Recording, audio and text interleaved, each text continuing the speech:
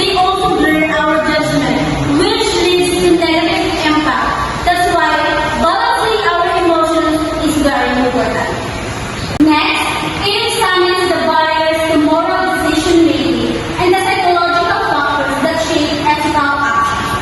Doing what's right isn't always easy, but moral courage really stand our values, whether it has a risk or challenges.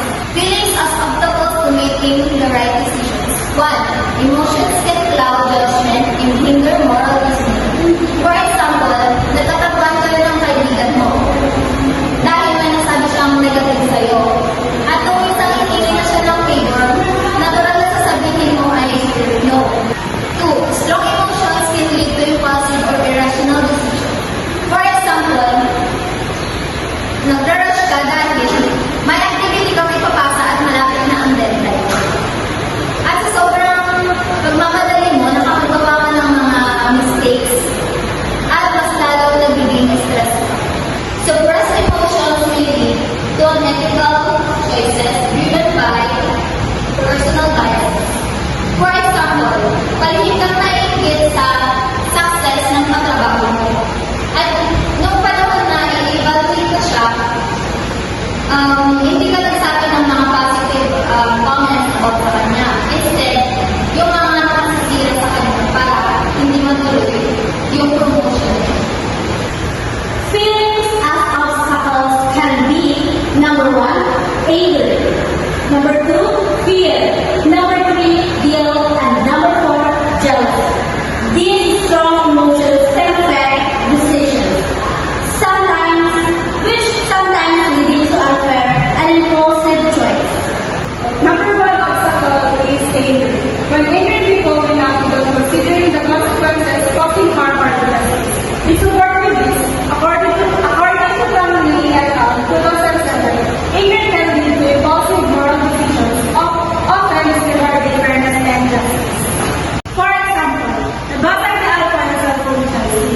Sa galit ni Chelsea, nakapagbitaw siya ng mga salitang hindi naman dapat sabihin at hindi naman marami nakakasakit siya ng damdamin.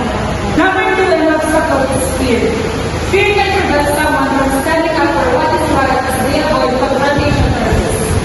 In support with this, Longest Fear and Bold 2007 state that fear weakens moral courage, making individuals hesitant to act ethically in difficult situations. For example, Alpha fearing that Chelsea might end her team over the confrontation, might choose to stick silent or deny her actions instead of owning up her mistakes. Her fear of losing the friendship prevents her from taking responsibility and having conversation with Chelsea. Number 3 obstacles, guilt. Excessive guilt can lead to overcompensation, potentially resulting in an unfair or biased decision. Support with this, Leeds 2003 explains that guilt, when extreme, can cloud moral judgment, leading to irrational compensatory actions. For example, overcompensation. A manager feels guilty for promoting a less qualified friend over a more qualified colleague. To compensate, the manager gives the college an unfair advantage the next project, potentially harming the team's overall performance. Number 4 obstacles, jealousy. This feeling can distort perception, leading to harmful or competitive actions disregarding fairness. We support with this. Holloway and Roddy 1984 suggest that jealousy fosters unethical competition, often prioritizing personal desires over moral principles. For example, unfair conflict.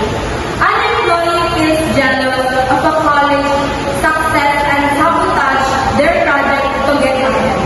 This behavior is unfair and harmful to the college and the company.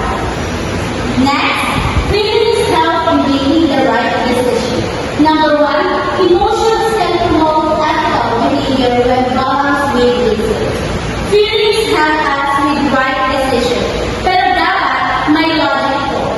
Imagine donating all your money to charity without actually thinking na parang dinonate mo na lahat, na